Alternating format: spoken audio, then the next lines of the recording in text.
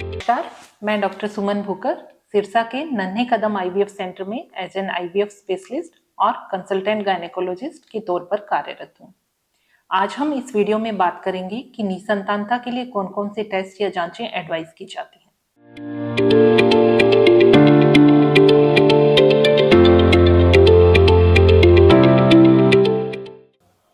जब कोई कपल हमारे पास फर्स्ट टाइम विजिट करता है तो सबसे पहले उनकी एक डिटेल्ड हिस्ट्री ली जाती है कि उनकी शादी को कितना समय हुआ है, उनके पहले कभी कंसीव हुआ है क्या, कोई मल्टीपल अबॉर्शन की हिस्ट्री तो नहीं है या कोई अन्य बीमारी की फैमिली हिस्ट्री तो नहीं है।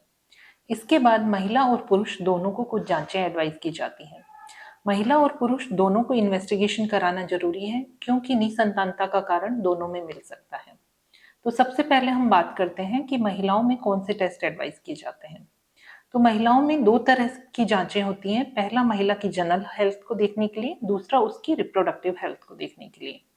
तो जो टेस्ट एडवाइस किए जाते हैं महिला की जनरल हेल्थ को देखने के लिए, उसमें आता है उसका कंप्लीट ब्लड काउंट सीबीसी, उसका ब्लड ग्रुप, उसका ब्लड शुगर और कुछ एक हार्मोन के टेस्ट जैसे थायराइड हार्मोन का टेस्ट, टीएसएच और प्रोलैक्टिन हार्मोन के टेस्ट एडवाइस किए जाते हैं। अब अगर बात करें उसकी रिप्रोडक्टिव हेल्थ को देखने के लिए, तो उसके लिए सबसे पहला और मोस्ट इम्पोर्टेंट जो एडवाइस किया जाता है वो है ट्रांसवेजाइनल स्कैन। ट्रांसवेजाइनल स्कैन यह एक अंदर की सोनोग्राफी होती है जिसमें देखा जाता है कि महिला की बच्चेदानी और अंडाशय सही हैं कि नहीं, उनका पूरा कंप्लीट स्टडी होती है। तो इसके द्वारा पता लगाया जा सकता है कि महिला की बच्चेदानी का साइज क्या है, उसकी पोजीशन क्या है, उसकी परत की मोटाई क्या है और उसमें कोई पॉलिप तो नहीं है या फाइब्रॉइड या गांठ तो नहीं है।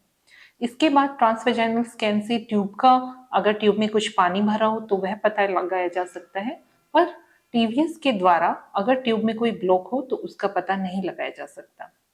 ट्रांसवेजाइनल स्कैन के द्वारा हम अंडाशय में कितने अंडे बन रहे हैं, उसका एंट्रल फॉलिकल काउंट कितना है पता लगा सकते हैं, या ओवरी में कोई सिस्ट तो नहीं है या कोई एंडोमेट्रियोमा तो नहीं है, यह सब पता लगा सकते हैं। तो महिला की एक डिटेल्ड स्टडी ट्रांसवेजाइनल स्कैन के द्वारा की जा सकती है।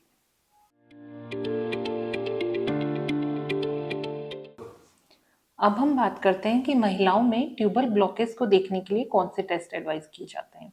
तो जो सबसे पहला मोस्ट कॉमन टेस्ट जो एडवाइस किया जाता है वो है एचएसजी यानी हिस्ट्रोसेल्पिंगोग्राफी।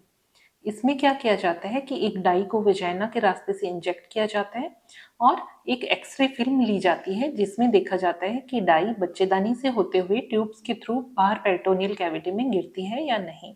अगर यह डाई बाहर आती है इसका मतलब है दोनों साइड की ट्यूब पेटेंट है। अगर कहीं ब्लॉकेज है तो उसके आगे डाई नहीं जा पाती है। इस टेस्ट के द्वारा यह भी पता लगाया जा सकता है कि यूट्रस की संरचना में कोई कंजेनाइटल एनोमली है या नहीं है। इस टेस्ट को जनरली एडवाइस किया जाता है माहवारी के 7वें से 10वें दिन के बीच। 7वें दिन से पहले मेंसेस के दौरान नहीं एडवाइस किया जाता और 10वें दिन के बाद में प्रेगनेंसी होने का चांसेस रहता है, तो यह प्रेगनेंसी को डिस्टर्ब ना करे इसके लिए 10वें दिन के बाद एडवाइस नहीं किया जाता। जो अन्य टेस्ट हैं ट्यूबल ब्लॉकेज को देखने के लिए, उनमें आता है एसआईएस यानी सेलाइन इन्फ्यूजन सोनोग्राफी और डायग्नोस्टिक हिस्ट्रोलेप्रोस्कोपी, जिसमें कि हम क्रोमोपर्ट्यूबेशन के द्वारा देखते हैं कि ट्यूब खुली है या बंद। महिला में अंडे बनाने की क्षमता को देखने के लिए जो टेस्ट एडवाइस किया जाता है वह है एएमएच टेस्ट। एएमएच यानी एंटी मुलेरियन हार्मोन। तो यह टेस्ट हमें बताता है कि महिला में कितने अंडे बन रहे हैं, उसका ओवेरियन रिजर्व कम तो नहीं हो रहा है। अब अन्य टेस्ट की बात करें, उनमें आता है रूबेला टेस्ट। अगर किसी महिला को हिस्ट्री नहीं है कि रूबेला का इन्फेक्शन हुआ है या उसने रूबेला का वैक्सीन नहीं लगाया है, तो हम रूबेला का आईजीजी और आईजीएम लेवल कराते हैं। उसमें देखा जाता है कि पेशेंट को पास्ट इन्फेक्शन है या नहीं।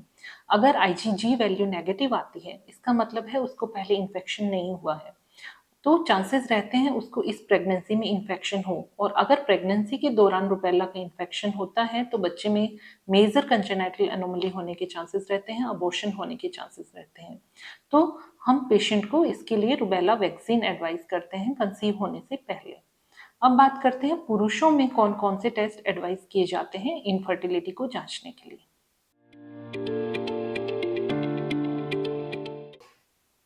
पुरुषों में निसंतानता के टेस्ट के लिए जो कॉमनली एडवाइस किया जाता है वह है सीमेन एनालिसिस।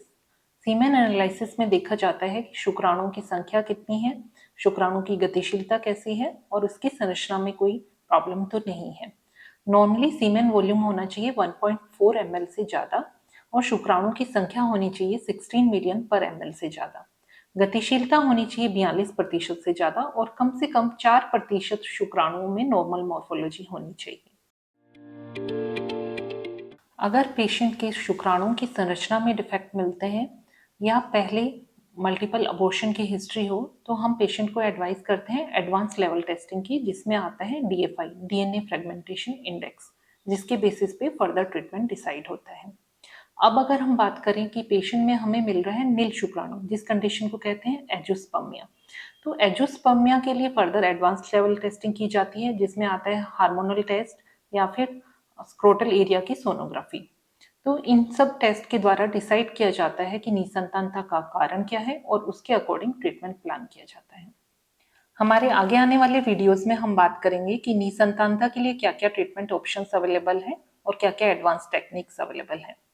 अगर आपका इससे रिलेटेड कोई भी सवाल हो, आप हमारे कमेंट बॉक्स में डाल सकते हैं या हमारे नीचे दिए गए नंबर पर संपर्क कर सकते हैं। धन्यवाद।